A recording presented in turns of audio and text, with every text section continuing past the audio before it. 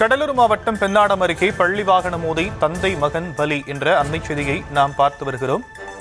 இருசக்கர வாகனத்தில் வந்த மதியழகன் மற்றும் அவருடைய மகன் மனோஜ்குமார் உயிரிழந்திருக்கும் நிலையில் சம்பவ இடத்துக்கு வந்த காவல்துறையினர் இருவரது சடலங்களையும் கைப்பற்றி விசாரணை மேற்கொண்டு வருகிறார்கள். இருசக்கர வாகனம் மீது தனியார் பள்ளி வாகனம் மோதியதில் இருவர் பலி என்ற அண்மைச் செய்தியை நாம் பார்த்து வருகிறோம்.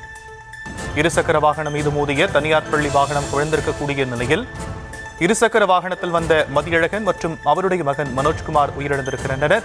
சம்பவ இடத்துக்கு வந்த காவல்துறையினர் இருவரது சடலங்களையும் கைப்பற்றி விசாரணை மேற்கொண்டு வரும் அண்மைச் செய்தியை நாம் பார்த்து வருகிறோம்.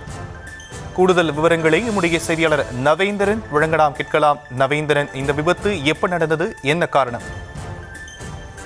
கடலூர் மாவட்டம் பெண்ணாடம் அடுத்த திருமலையாகரம் கிராமத்தைச் சேர்ந்தவர் பெரியசாமி மகன் மதியழகன் மற்றும் மதியழகன் மகன் மனோஜ்குமார் ஆகிய இருவரும் இருசக்கர வாகனத்தில் வந்து கொண்டிருந்த போது பெண்ணாடத்தில் இயங்கி வரும் தனியார் மகளிர் பள்ளி வாகனம் மோதி சம்பவ இடத்திலேயே 2 பேரும் பலியானார். பேருந்து பள்ளி மாணவர்களை அழைக்க சென்றதால் வாகனத்திற்குள் எந்த பள்ளி மாணவர்களும் இல்லாதது பள்ளி மாணவர்கள் எந்த பலியும் இல்லை.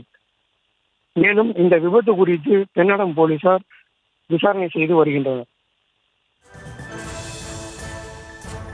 தற்போதைய விவரங்களுக்கு நன்றி நவேந்தரன்.